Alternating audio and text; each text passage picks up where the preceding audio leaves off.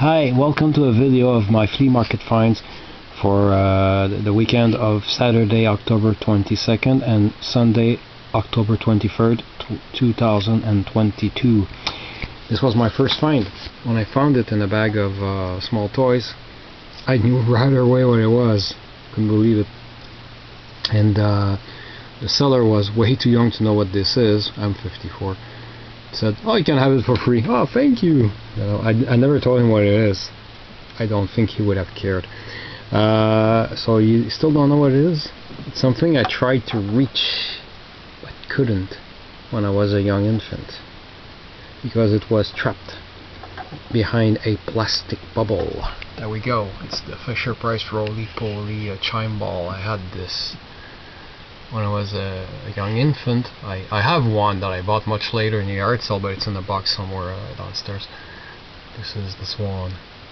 And it was very frustrating because as a kid you wanted to play with the horses and the swans, but impossible to open. So somebody determined to break one and got this out, and I desperately tried to find a horsey in the bag of toys. I couldn't find a horsey, just this one. So it was free. It was my first find of it's my tiniest find of the weekend. I'll show you my biggest finds of the weekend. Just hiding the lens here while I change rooms. This is bigger, so it's in the kitchen. At the same kiosk, I was going to say table, but they were lined up on the floor. We have a garden claw gold. Garden claw. I have some bad weed to take out of my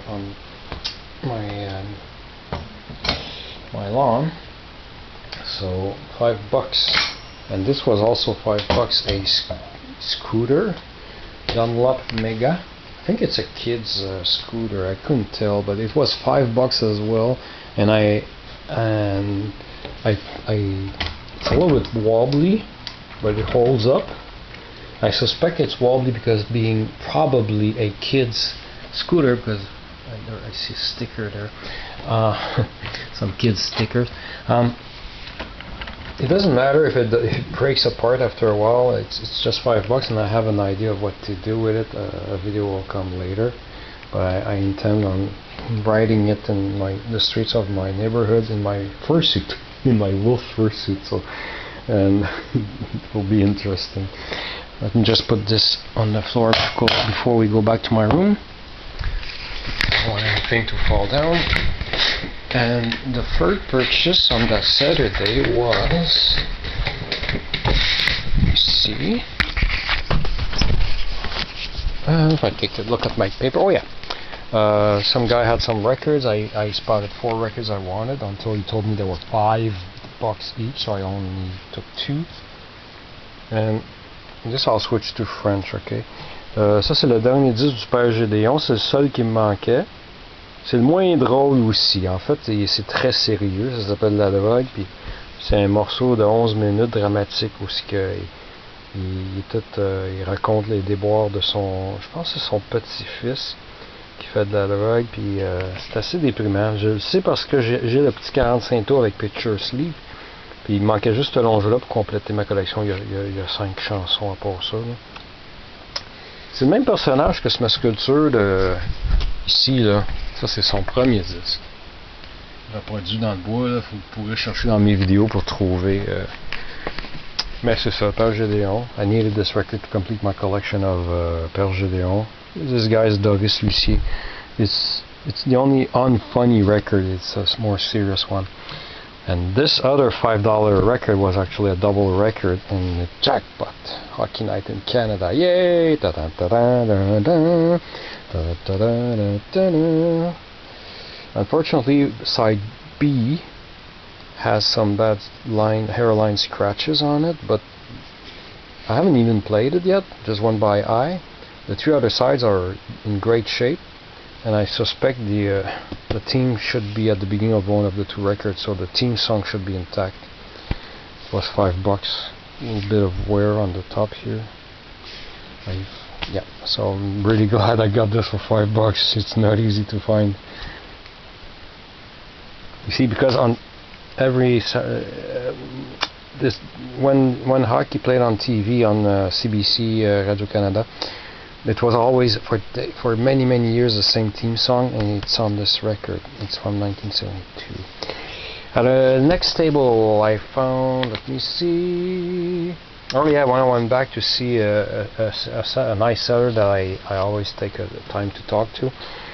Between my first visit that morning to a stable where I didn't find anything and finding this, I went back to show him, and then he said one of his regulars came with records to sell to him, and he priced them and put them in the box, and I got 3 of them. I got this Bar Case Black Rock. It's not in great shape, it has some scratches. I was tempted to take it out, to take it. Dave Clark 5, a US pressing because it's on Epic. In Canada they were on Capitol. Dave Clark 5, Satisfied With You, and it's in mono. And that one is in great shape, still shrink wrap. And this Nancy and Lee, again on RCA, has some little discoloration, I think. Oh, maybe not. No, it is. Yeah, it is discoloration. Yeah. But he marked this one at $2, and these were marked at 3, I think. No, let me see. 3. I forgot. Yeah, they were okay. This was marked at $3. This was marked at 3, and this was marked at 2. But instead of $8, lowered to $5. So if you have a calculator, that comes to $1.25, and these 2 came down to $1.87 and a half. So under $2 each. And that ended my Saturday. My Sunday, as these past weeks, Sundays are better than Saturdays for me. Less sellers, but better ones. First find, very slow. It started slowly. Got this Johnny chante Elvis. Johnny Farago the late Johnny Farago was a singer in the 60s and 70s. He sang a lot with Elvis's voice. However, and most of these songs are Elvis songs in French. And I just didn't have this one in particular yet. I don't think maybe I did, I made a mistake, but I don't think I had that one. But his big hit, J'ai ta photo dans ma chambre, is on it, in great shape. Then I got bored by waiting for sellers to finish setting up their stuff. I saw a box of sleeveless records, most all scratched up. I checked them all, and I picked 3 of them. I got all 3 for $1. This is all scratched up, but I was too curious. I needed to have. Oh my God, this side is all beat up. Le Percolateur by Les Blue Marks, Gaëtan Sénécal Soliste. This is in with French-Canadian lyrics. I got this one because that side is Face à ma peine. I see Jacques Michel either compose or wrote the lyrics or compose the music. And I know that Jacques Michel did his first record on this label, but I wasn't sure if he was a member of the Blue Marks. Turns out he wasn't, but anyway, it was 3 for $1. This is a little bit more interesting. Le Temps de l'Amour. On this side and that side, it's called Superman. Le 25e Régiment is a band with George Thurston, who later became Boule Noire. So I don't think I had that one. And this one is, it would be worth a lot of money if it were in great shape. It's playable, but it has seen better. I should clean it. I'm sure there's a lot of dust in there. So this is a rare thing. You Come On Too Strong by The Rabble. It's a Montreal band on Transworld Record. And this side is Golden Girl by The Rabble. Unfortunately, somebody put their initials on both sides. And it has seen better days, but it's the better condition and the best condition record of all 3. And I'll let you check on Discogs how much this little thing is worth. Even in this condition, it's worth way more than the $1 I paid for all 3 of them. So it's really good as well. So then next, oh yeah, some guy was pulling out a whole bunch of records. Nice, man. and it was more of a man doing having a yard sale at the flea market rather than a dealer, and everything was $2 for $1. Most of them were $2 for $1, and I got I checked everything, and I indulged in guilty pleasures and stuff, and upgrade copies and backup copies of guilty pleasures. So nothing valuable in these 14 records I got for $7. This record is in very good shape for for the age. Fortunately, those damn Capitol sleeves of the 50s keep splitting up. So this is Ima Sumac Mambo. I'm really glad I got this. Black Magic, Stanley Black. This is mostly elevator music, but mid-70s elevator music. Pretty good. I've played it on YouTube, and it's really good. 1976. I really love this. A little bit of disco beat at moments on it. And the condition is great. Limbo Party, Sarton Tropical Harmony Steel Band. And cover is interesting, and has some songs on it. And side 2, Limbo. That's it. The whole B-side is Limbo. So got this for 50 cents. This I know. It's just Herbal Part and the Tijuana Brass, but I didn't have it, and it's so clean, and it's in stereo, and I got it because it has, with a little help from my friends, it has a Beatle cover on it, and I didn't have it. So I said, oh, it's the time. It's really clean. No, barely any ringware. La Bolduc, Edouard Bolduc, Madame Edouard Bolduc. Her real name is. I'm so tired. I forgot her name. I know her name. I'm not allowed to not know her name. Mary Travers, of course. Duh. So this is an upgrade to, or a backup copy of an LP I already have. I probably didn't need it, but 50 cents for La Bolduc in great shape. Yeah, no, the Guilty Pleasures, a double compilation of Paul Moria, elevator music, French guy, but it has a very fun version of Take a Chance on Me by ABBA that I used to hear on the radio. Yeah, they played some covers sometimes even on the radio, and I probably have it already, but I don't know in which condition. So this was perfect shape. So a double album for 50 cents. Another guilty pleasure for fun. The classic Tom Jones. It's a compilation of Tom Jones songs on Epic. In great shape.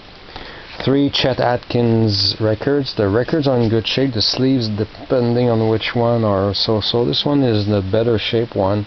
Guitar Country Chet Atkins. It's in mono. I think all 3 Chet Atkins are in mono. This is Teen Scene. I'm wondering if I have it already or not. I'll have to compare copies. If I do, I'm not even sure I have it.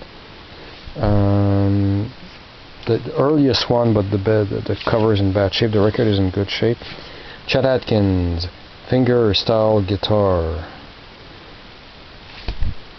Then I have an upgrade to a bad. I know my copy I already have downstairs and is in worse shape. This is on a Special Market Capitol double album, but it's not a gatefold. It has some sort of weird 2-section regular cover. So it's basically the Andrews Sisters. The greatest of the Andrews Sisters, Volume 1 and Volume 2 on that side. Never saw them separate. I think it's some sort of seen on advertised on TV. But these are not the original versions. These are covers they made in the 50s in hi-fi for Capitol Records. Still, I collect Andrews Sisters needed. Ici, j'ai un disque de Fernandel que je sais que j'ai pas. L'album de Fernandel. Disco 12-inch, still sealed, green vinyl. I know I already have it, but this one was sealed. Special 12-inch 0.5 RPM disco, Savage Lover instrumental, The Ring. The other side is long version. Short version, I guess. This I probably have. I wasn't sure. 50 cents. Oh, what the heck. Got a Boogie, Leroy Gomez, and Little Girl. So all this was those 14 records for $7, and then the men was nice as well. And what next? Oh yeah, a CD. The guy. Oh yeah, the seller always usually has overpriced CDs, and if you just approach the table and start looking, he starts pitching a sale and trying to. But the thing is that even though usually his prices are, I've never bought from him. It was the first time I did pick up something. He gives a instant ASMR. If you don't know what ASMR, look it up. I won't make the video any longer. But I just stood there and just look at the CD, just to stay there at the table and listen to him giving me ASMR, like tingles, and the voice is very soothing. It was really funny. And but I did find Herbie Man Plays for a buck, and I bought this album on CD, but from a different label many years ago, early 2000s on eBay. I'm pretty sure it's a different label, and I probably don't have those bonus tracks. So for a buck, and I collect Herbie Man, my favorite flute player, jazz flute player. Got this for $1 plus a few tingles, ASMR tingles. He had a Reality by David Bowie, but he wanted $3 for it. I passed. His later stuff is not as good as his earlier stuff, like most artists. And I checked on YouTube, and no, it's not. I don't like it very much. Sorry, I'm glad I passed for $3. No way. Then earlier that Sunday, I passed on a record I wanted. The guy wanted $2. I didn't want to pay more than $1 because it's not worth more than that. Went back to see him, and he let me. I offered him $1.50. He said, "Oh, you can have it for $1." Oh, thank you. So Linda Mayo, Ce temps précieux. This song, "À la Ballonée," was a song from my childhood when I was about 11 or 12. It played on the radio, and I bought it just to see if other songs on the album would remind me of any memories. So the record is in great shape, $1. Then, when I was getting I was walking around. Because all the sellers don't arrive at the same time. Some arrive much later than others. Well, last purchase, jackpot of the weekend. I splurged. I did pick one record I should not have, but I have 4 records, $40. Actually, I had 14 records. The guy wouldn't give me a price when I had first pick. He had 3 bags of records, and he didn't bother putting prices or telling me how much he wanted for his records.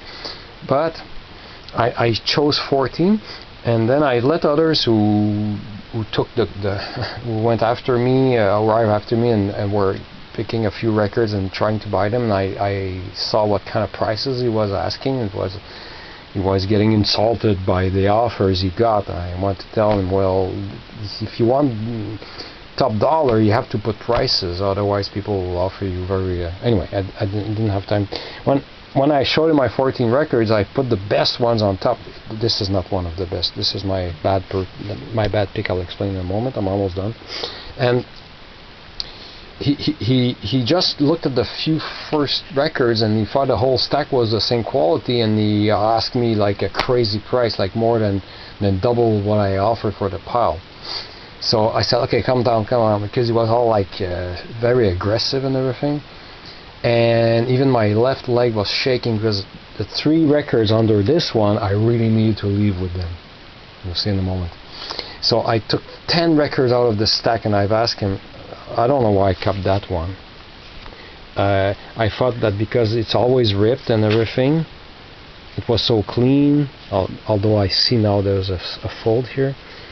And it's just Emerson, Lake and Palmer, it's nothing big. But the problem is, it's once I got home, I discovered it's supposed to come with a poster, and it's not inside. There's nothing inside. Brain salad surgery. The record is in great shape, but inside it's just a white sleeve and nothing else. No lyric sheet. Well, I suspect all the details are on the poster that it's missing.